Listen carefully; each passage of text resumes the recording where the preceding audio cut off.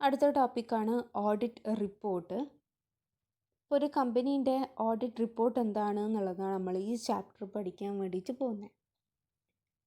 ഒരു സാധാരണ ഒരു കുട്ടിക്ക്, ഒരു സ്റ്റുഡൻറ്റിന് റിപ്പോർട്ട് കാർഡ് കിട്ടും അല്ലേ, പ്രോഗ്രസ് റിപ്പോർട്ട് എന്ന് നമ്മൾ പറയുന്നത്. ആ പ്രോഗ്രസ് റിപ്പോർട്ടിൽ എന്താണ് പറയുന്നുണ്ടാവുക?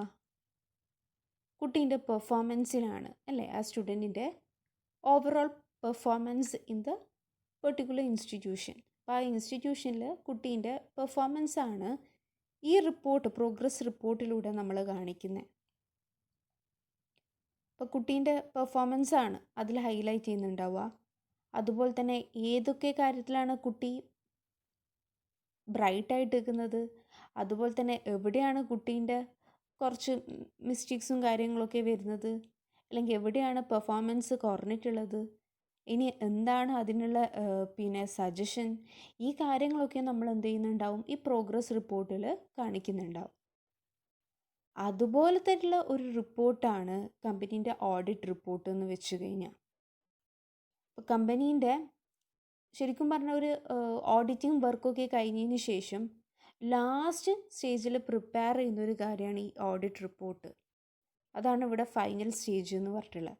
അപ്പോൾ audit report is the final stage of audit process. അപ്പോൾ ഓഡിറ്റ് പ്രോസസ്സിങ് ഓഡിറ്റർ സ്റ്റാർട്ട് ചെയ്തിട്ട് ലാസ്റ്റിലോട്ട് എത്തുന്ന സമയത്ത് അയാൾ ഒരു സമ്മറി, അതായത് അയാൾ ചെയ്ത ഓഡിറ്റ് വർക്കിനെ കുറിച്ചുള്ളൊരു സമ്മറി അല്ലെങ്കിൽ ഒരു ഡോക്യുമെൻ്റ് എഴുതണം. അപ്പം അതിനെയാണ് എന്ത് പറയുന്നത്, ഈ ഓഡിറ്റ് റിപ്പോർട്ട് എന്ന് പറയുന്നത്. അപ്പം അതുകൊണ്ടാണ് അതിനെ final stage of audit process എന്ന് പറഞ്ഞിട്ടുള്ളത്. പിന്നെന്താ പറഞ്ഞത്, the result of the audit are communicated through the audit report. നമുക്കറിയാം ഓഡിറ്റിങ്ങിൻ്റെ റിസൾട്ട് എന്താണ്, ഫൈനലായിട്ട് ഓഡിറ്റർക്ക് എന്താണ് പറയാനുള്ളത്, പിന്നെ അക്കൗണ്ട്സും കാര്യങ്ങളൊക്കെ ട്രൂ ആൻഡ് ഫെയർ ആണോ, അതുപോലെ തന്നെ ഫിനാൻഷ്യൽ സ്റ്റേറ്റ്മെൻറ്റൊക്കെ കറക്റ്റ് ആണോ, ഈ കാര്യങ്ങളൊക്കെ വൗച്ചേഴ്സും കാര്യങ്ങളൊക്കെ മെയിൻറ്റെയിൻ ചെയ്യുന്നത് പിന്നെ കറക്റ്റായിട്ടുള്ളത് തന്നെയാണോ, അല്ലെങ്കിൽ അതിൻ്റെ അകത്ത് തെറ്റെന്തെങ്കിലും ഉണ്ടോ, ഈ കാര്യങ്ങളൊക്കെ ഇവർ കമ്മ്യൂണിക്കേറ്റ് ചെയ്യുന്നത്, കമ്പനീൻ്റെ റിസൾട്ടും കാര്യങ്ങളൊക്കെ കമ്മ്യൂണിക്കേറ്റ് ചെയ്യുന്നത് ഈ ഓഡിറ്റ് റിപ്പോർട്ടിലൂടെയാണ്. ഇത് മുതൽ ഇതുവരെയുള്ളതാണ് ശരിക്കും ഈ ഓഡിറ്റ് റിപ്പോർട്ടിൻ്റെ meaning. Audit report is the written opinion of an auditor regarding the company's financial statement. കമ്പനീൻ്റെ ഫിനാൻഷ്യൽ സ്റ്റേറ്റ്മെൻറ്റ്, അതായത് പ്രോഫിറ്റ് ആൻഡ് ലോസ് ബാലൻസ് ഷീറ്റും കാര്യങ്ങളൊക്കെ എന്താണ്, കറക്റ്റായിട്ടുള്ളതാണോ, അല്ലെങ്കിൽ അതിൻ്റെ അകത്ത് എന്തെങ്കിലും തെറ്റുപാടുകളുണ്ടോ, ഡയറക്ടേഴ്സും കാര്യങ്ങളൊക്കെ എന്തെങ്കിലും മിസ്സ്റ്റേറ്റ്മെൻറ്റ്സ് കാര്യങ്ങളൊക്കെ കാണിച്ചിട്ടുണ്ടോ, ഇതൊക്കെ നമുക്ക് എന്ത് ചെയ്യാം, ഓഡിറ്റ് റിപ്പോർട്ടിൽ കാണിക്കാം. Audit report is the return opinion of N auditor regarding the companies financial statement. ഒരു കമ്പനീൻ്റെ ഫിനാൻഷ്യൽ സ്റ്റേറ്റ്മെൻറ്റായ ബാലൻസ് ഷീറ്റും പ്രോഫിറ്റ് ആൻഡ് ലോസ് അക്കൗണ്ടും ഒക്കെ എത്രത്തോളം കറക്റ്റാണെന്നുള്ളത് ഈ ഓഡിറ്റ് റിപ്പോർട്ടിലൂടെ ഈ ഓഡിറ്റർക്ക് അയാൾ റിട്ടേൺ ഒപ്പീനിയൻ അതിൽ പറയാം. ഓക്കെ, അപ്പോൾ ഓഡിറ്ററിൻ്റെ ഒപ്പീനിയനാണ് ഈ ഓഡിറ്റ് റിപ്പോർട്ട് എന്ന് പറയുന്ന കാര്യം. ഓക്കെ, അതാണ് അവിടെ പറഞ്ഞിട്ടുള്ളത്. പിന്നെ ലാസ്റ്റ് നമുക്ക് നോക്കാം, audit report is a document prepared by an auditor to certify the financial position and accounting records of a firm. പിന്നെന്താ പറഞ്ഞിട്ടുള്ളത്, ഓഡിറ്റ് റിപ്പോർട്ട് എന്ന് പറയുന്നത് ഒരു ഡോക്യുമെൻ്റ് ആണ് അല്ലേ, ഒരു പ്രിൻറ്റഡ് ആയിട്ടുള്ള ഡോക്യുമെൻറ്റാണ്. ഇതിൽ ഓഡിറ്റർ എന്താ ചെയ്യുന്നത്, ഈ ഓതറൈസ് അല്ലെങ്കിൽ he certifies that the financial position and companies accounts are correct. Audit റിപ്പോർട്ടിലൂടെയാണ് ഓഡിറ്റർ എന്ത് ചെയ്യുന്നത്, അവിടെ സർട്ടിഫൈ ചെയ്യുന്നത് കമ്പനീൻ്റെ അക്കൗണ്ട്സിനെ കുറിച്ചിട്ടുള്ള കാര്യങ്ങൾ, ഫിനാൻഷ്യൽ പൊസിഷനൊക്കെ എന്താണെന്നുള്ളത്, ഇതുപോലുള്ള കാര്യങ്ങളൊക്കെ കമ്പനീൻ്റെ ഡീറ്റെയിൽ ആയിട്ടുള്ള കാര്യങ്ങൾ ഈ ഓഡിറ്റ് റിപ്പോർട്ടിലാണ് ഈ ഓഡിറ്റർ ഹൈലൈറ്റ് ചെയ്യുന്നത്. ഇതാണ് ഓഡിറ്റ് റിപ്പോർട്ട് എന്ന് പറയുന്നത്. ഓഡിറ്റ് റിപ്പോർട്ട് എന്ന് വെച്ച് കഴിഞ്ഞാൽ ഇറ്റ് ഈസ് എ ഫൈനൽ ആയിട്ടുള്ള ഒരു document which is prepared by the auditor to certify the financial position and accounting records of a firm. ഇതാണ് ഓഡിറ്റ് റിപ്പോർട്ട്. ഓക്കെ, പിന്നെ നമുക്ക് ഫീച്ചേഴ്സ് ഓഫ് ഓഡിറ്റ് റിപ്പോർട്ട് നോക്കാം. Characteristics or qualities of a good audit report. അതിനു മുമ്പേ ഞാൻ വേറൊരു കാര്യം കൂടി പറഞ്ഞുതരാം. ഈ ഓഡിറ്റ് റിപ്പോർട്ട് പ്രിപ്പയർ ചെയ്യുന്നത് ആരാണ്? ഓഡിറ്ററാണ് അല്ലേ. അപ്പോൾ അവരിത് പ്രിപ്പയർ ചെയ്ത് കഴിഞ്ഞാൽ ഈ ഓഡിറ്റർ ആർക്ക് വേണ്ടിയിട്ടാണ് ഈ ഓഡിറ്റിംഗ് വർക്ക് കമ്പനിയിൽ ചെയ്യുന്നത്? ആരാണ് ഇവരെ അപ്പോയിൻറ്റ് ചെയ്തിട്ടുള്ളത്? ആർക്ക് വേണ്ടിയിട്ട് ഈ കാര്യങ്ങളൊക്കെ ഓഡിറ്റർ ചെയ്യുന്നത്? കമ്പനീൻ്റെ ഓണേഴ്സായ ഷെയർ ഹോൾഡേഴ്സിന് വേണ്ടിയിട്ടല്ലേ. അപ്പോൾ ഈ ഷെയർ ഹോൾഡേഴ്സിനാണ് ഈ ഓഡിറ്റർ ലയബിളായിട്ടുള്ളത്. അവർക്കാണ് ഇവരെ വർക്കൊക്കെ എന്ത് ചെയ്യേണ്ടത്? കാണിക്കേണ്ടത്. പക്ഷേ നമുക്കറിയാം ഒരുപാട് ഷെയർ ഹോൾഡേഴ്സും കാര്യങ്ങളുണ്ടാവും. അപ്പോൾ ഓഡിറ്റർക്ക് ഡയറക്റ്റായിട്ട് കാര്യങ്ങളൊന്നും അയച്ചു കൊടുക്കാൻ വേണ്ടിയിട്ട് പറ്റില്ല. അപ്പോൾ ഈ ഓഡിറ്റർക്ക് എന്ത് ചെയ്യാം? ഈ കാര്യങ്ങൾ ഓഡിറ്റ് റിപ്പോർട്ടിൻ്റെ കോപ്പിയും കാര്യങ്ങളും ഓഡിറ്റ് റിപ്പോർട്ട് ഈ സെക്രട്ടറി, കമ്പനീൻ്റെ സെക്രട്ടറി എന്ന് പറഞ്ഞ ഒരാളുണ്ടാവും. ആ സെക്രട്ടറിക്ക് എന്ത് ചെയ്യാം? അല്ലെങ്കിൽ അതുപോലെ റെസ്പോൺസിബിൾ ആയിട്ടുള്ള ഏതെങ്കിലും പേഴ്സൺ കമ്പനീൻ്റെ അവർക്ക് എന്ത് ചെയ്യാം? ഹാൻഡ് ഓവർ ചെയ്യാം. എന്നിട്ട് ഇവരെ ത്രൂ ആണ് ഈ ഓഡിറ്റ് റിപ്പോർട്ട് ഷെയർ ഹോൾഡേഴ്സിന് ലഭിക്കുന്നത്. അപ്പോൾ ഈ ഓഡിറ്റ് റിപ്പോർട്ട് അയക്കുന്ന സമയത്ത് പ്രത്യേകം ശ്രദ്ധിക്കണം. ആനുവൽ ജനറൽ മീറ്റിങ്ങിൻ്റെ 21 ദിവസം മുമ്പേ എന്ത് ചെയ്യണം? ഈ ഓഡിറ്റ് റിപ്പോർട്ട് ഷെയർ ഹോൾഡേഴ്സിൻ്റെ കൈമിൽ എത്തിച്ചിരിക്കണം. പിന്നെ പ്രത്യേകം ശ്രദ്ധിക്കേണ്ട ഒരു കാര്യം കൂടിയുണ്ട്. ഈ ഓഡിറ്റ് റിപ്പോർട്ടിൻ്റെ കൂടെ ബാലൻസ് ഷീറ്റും പ്രോഫിറ്റ് ആൻഡ് ലോസ് അക്കൗണ്ടും കൂടെ കൂട്ടണം. അപ്പോൾ ഓഡിറ്റ് റിപ്പോർട്ട് കീപ്പ് ചെയ്യുന്നതിൻ്റെ കൂടെ കമ്പനീൻ്റെ ബാലൻസ് ഷീറ്റും പ്രോഫിറ്റ് ആൻഡ് ലോസ് അക്കൗണ്ടിൻ്റെ കോപ്പി കൂടി അതിൻ്റെ കൂടി അറ്റാച്ച് ചെയ്യേണ്ടതായിട്ടുണ്ട്. ഓക്കെ, ഇത്രയും കാര്യങ്ങളാണ് ഇതിൽ ശ്രദ്ധിക്കേണ്ടത്. അപ്പോൾ ഒന്നും കൂടി ഞാൻ പറയാം. ഓഡിറ്റ് റിപ്പോർട്ട് ഷെയർ ഹോൾഡേഴ്സിൻ്റെ എത്തിക്കുന്ന സമയത്ത് പ്രത്യേകം ശ്രദ്ധിക്കുക. ആനുവൽ ജനറൽ മീറ്റിങ്ങിൻ്റെ 21 ദിവസം മുമ്പേ തന്നെ ഇത് ഷെയർ ഹോൾഡേഴ്സിൻ്റെ കൈമേൽ എത്തിയിരിക്കണം. ഇതിൽ ഓഡിറ്റ് റിപ്പോർട്ടിൻ്റെ പുറമെ അതിൻ്റെ കൂടാതെ ബാലൻസ് ഷീറ്റും പ്രോഫിറ്റ് ആൻഡ് ലോസ് അക്കൗണ്ടും കൂടി അറ്റാച്ച് ചെയ്തിരിക്കണം. ഇതാണ് ഓഡിറ്റ് റിപ്പോർട്ട് എന്ന് പറയുന്നത്. അപ്പോൾ നമുക്ക് ഇനി ക്വാളിറ്റീസ് നോക്കാം. ഒരു നല്ലൊരു ഓഡിറ്റ് റിപ്പോർട്ടിൻ്റെ ക്യാരക്ടറിസ്റ്റിക്സ് അല്ലെങ്കിൽ qualities.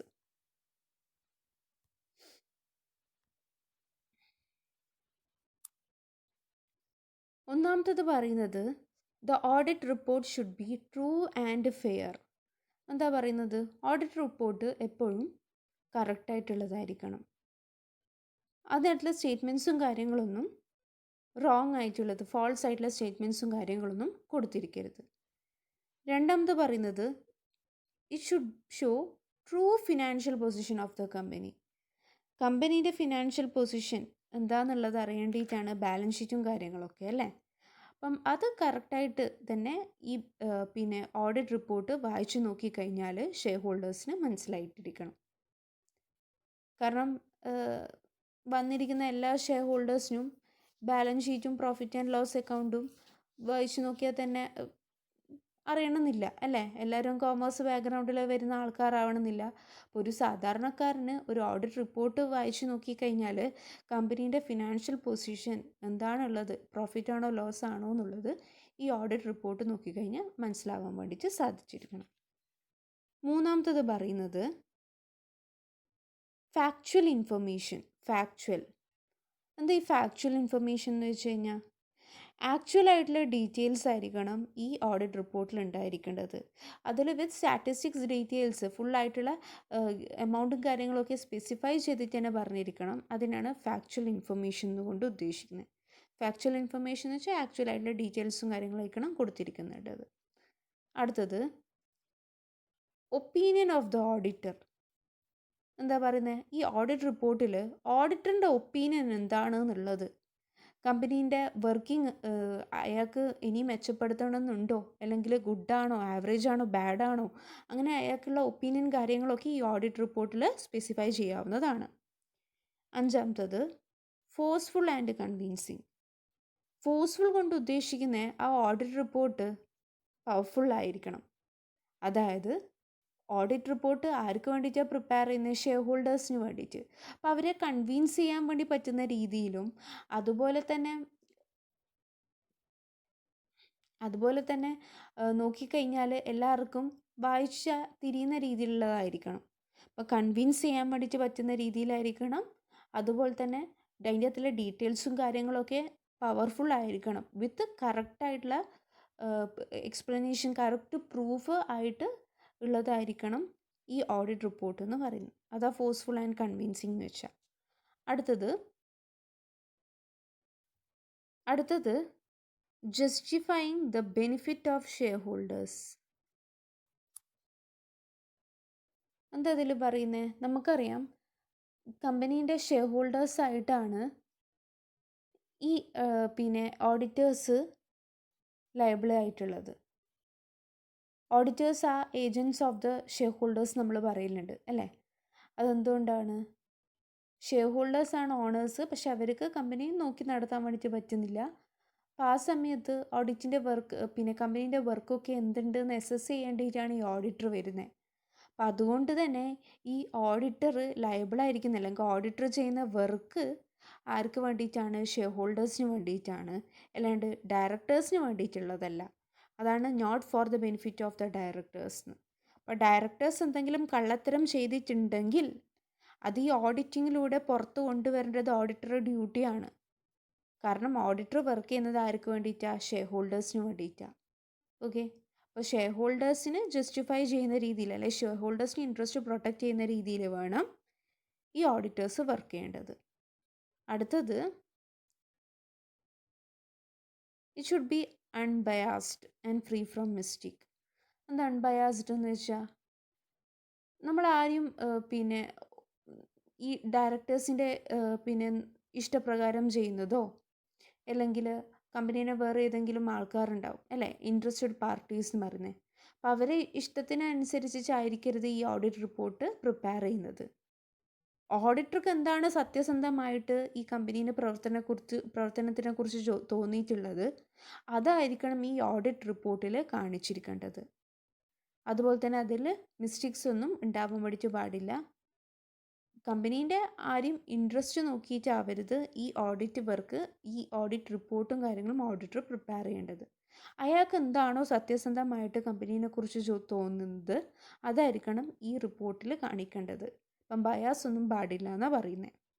Next one, suggestion, timely suggestion. എന്താ സജഷൻ എന്ന് വെച്ചാൽ, ഈ കമ്പനീൻ്റെ പ്രവർത്തനം മോശമാണെങ്കിൽ അല്ലെങ്കിൽ അത് ഇമ്പ്രൂവ് ചെയ്യണമെങ്കിൽ ഓഡിറ്റർക്ക് അതിൽ തന്നെ എന്ത് ചെയ്യാം, സജഷൻസും കാര്യങ്ങളൊക്കെ ഇമ്പ്രൂവ്മെൻറ്റ് വേണ്ടിയുള്ള സജഷൻസും കാര്യങ്ങളൊക്കെ ഓഡിറ്റ് റിപ്പോർട്ടിൽ പറയുക. അതാണ് ടൈംലി സജഷൻസ് ഷുഡ് കണ്ടെയ്ൻ എന്ന് പറയുന്നത്. Next one, brief and not lengthy. Audit report എന്ന് പറയുന്നത് പരമാവധി ചുരുക്കാൻ വേണ്ടി ശ്രമിക്കുക. ഒരുപാട് ലെങ്തി ആയിക്കഴിഞ്ഞാൽ അത് വായിക്കുന്ന ആൾക്കാർക്കും ബുദ്ധിമുട്ട് തന്നെയായിരിക്കൂലേ. ഷെയർ ഹോൾഡേഴ്സ് അല്ലെന്ന് പറയുന്നത് അവർക്ക് കമ്പനിയുടെ പെർഫോമൻസ് എന്താണെന്നുള്ളത് അറിയണം. പക്ഷെ അത് ഒരുപാട് നീട്ടി വലിച്ചു കൊണ്ടുപോകണമെന്നില്ല. ഷോർട്ടാക്കിയിട്ട് അതിനെന്ത് ചെയ്യാം, കവർ ചെയ്യാം എല്ലാ മാറ്റേഴ്സും. അതാണ് പറയുന്നത് brief and not lengthy. Last one പറയുന്നത്, ഈ ഓഡിറ്റ് വർക്കിൻ്റെ എൻഡ് പാർട്ടാണ് ഈ ഓഡിറ്റ് റിപ്പോർട്ട് എന്ന് പറയുന്നത്.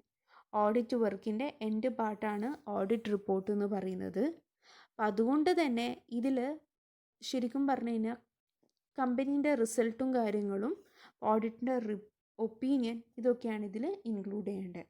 അതാണ് എൻഡ് പാർട്ട് എന്ന് പറഞ്ഞത്. ഇത്രയാണ് ക്വാളിറ്റീസിൽ പറയേണ്ടത്. അപ്പോൾ ഒന്നും കൂടി പറയാം. ഒന്നാമത്തേത് ട്രൂ ആൻഡ് ഫെയർ ആയിരിക്കണം. പിന്നെ ട്രൂ ഫിനാൻഷ്യൽ പൊസിഷൻ കാണിയിരിക്കണം. ഫാക്ച്വൽ ഇൻഫർമേഷൻ ആയിരിക്കണം. ഒപ്പീനിയൻ പറഞ്ഞിരിക്കണം ഓഡിറ്ററെ. ഫോഴ്സ്ഫുൾ ആൻഡ് കൺവിൻസിങ് ആയിരിക്കണം. പിന്നെ അടുത്തത് പറഞ്ഞ ഈ ഓഡിറ്റ് റിപ്പോർട്ട് പ്രിപ്പയർ ചെയ്യേണ്ടത് ഷെയർ ഹോൾഡേഴ്സിൻ്റെ ഇൻട്രസ്റ്റ് പ്രകാരം അത് മാനിച്ചാണ്. അൺബയാസ് ആയിരിക്കണം. സജഷൻസ് പറഞ്ഞിരിക്കണം. ബ്രീഫ് ആയിരിക്കണം. പിന്നെ എൻ പാർട്ടിൽ റിസൾട്ടും കാണിച്ചിരിക്കണം. ആ റിസൾട്ടാണ് ശരിക്കും പറഞ്ഞ ഈ ഓഡിറ്റ് റിപ്പോർട്ട് എന്ന് പറയുന്നത്. ഇത്രയാണ് ഇതിൻ്റെ ക്വാളിറ്റീസ് എന്ന് പറയുന്നത്.